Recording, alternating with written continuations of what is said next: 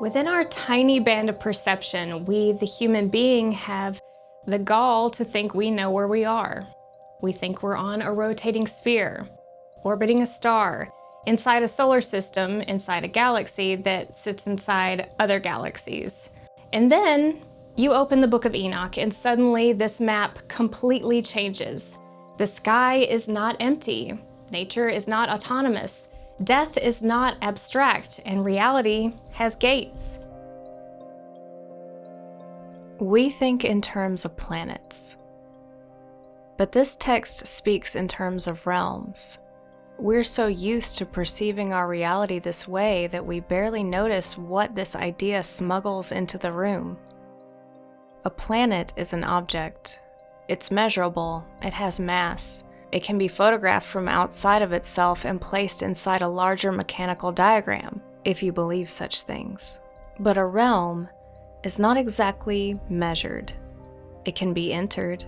It can have boundaries. A realm has laws, sometimes. A realm has an inside and an outside. It can be guarded, and it can also be breached. What we're looking at here is a bounded territory inside an order of something much larger.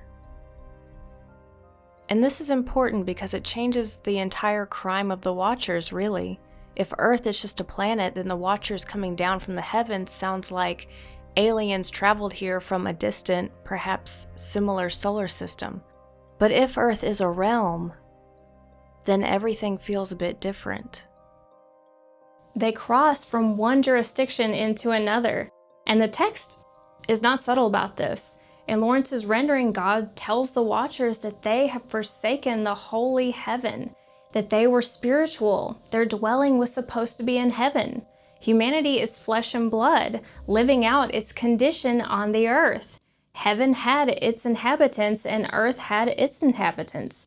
And these two categories were never supposed to intermingle, but they did.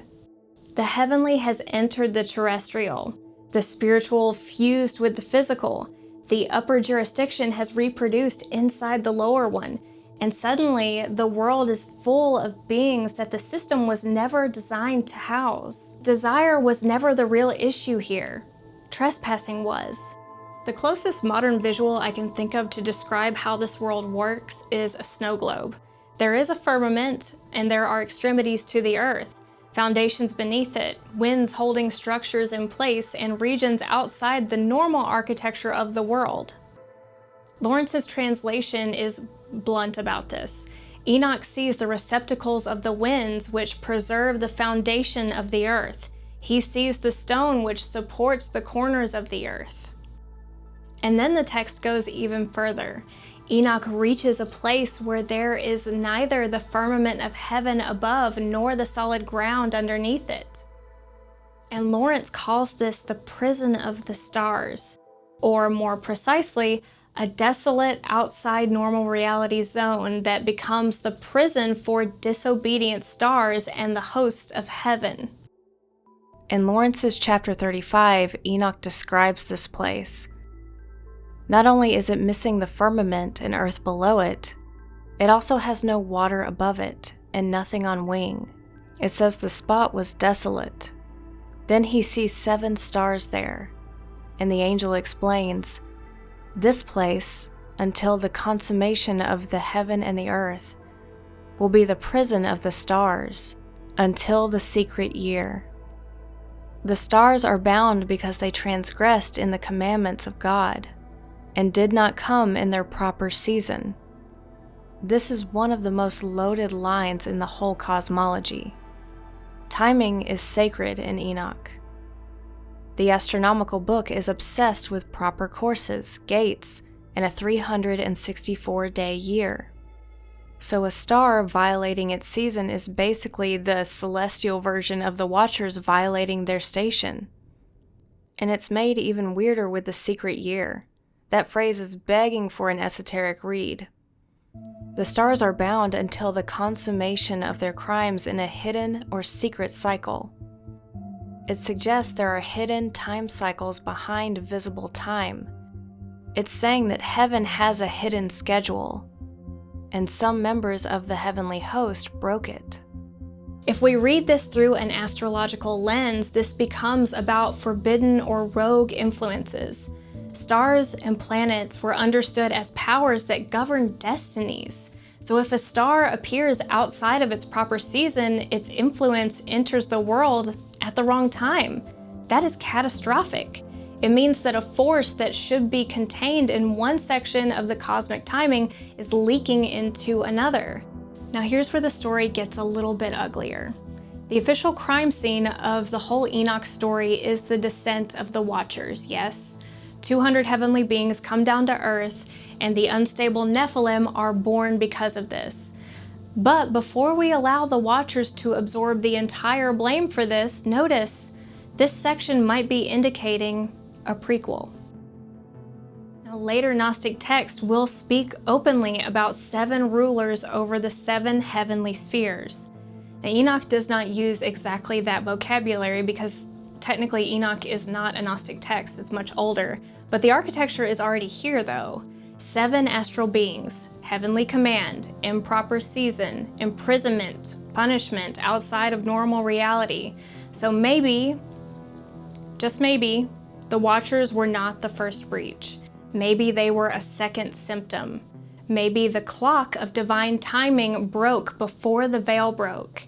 And if the 7 stars are the higher astral powers, then the Watchers must be an administrative layer beneath them.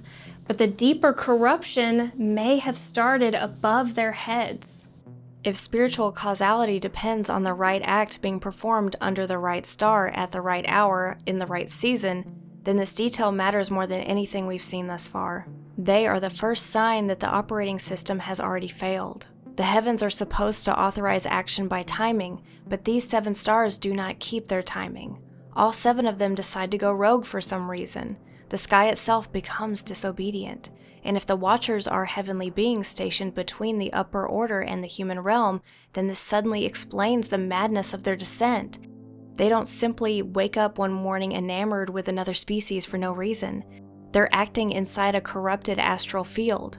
The lawful windows are broken and scattered. The wrong influence is moving through the wrong season. These beings are assigned to watch. They begin to desire. What is above becomes obsessed with what is below. So the Watchers' fall may not begin with lust. It may begin with a disorder in the heavens that bends their function out of shape, one that was intentional. The heavens function as the clock by which power enters the world lawfully. But if the astral rulers themselves come out of season, then the whole clock is no longer trustworthy. The signal from the divine becomes corrupted. The wrong influence enters at the wrong time.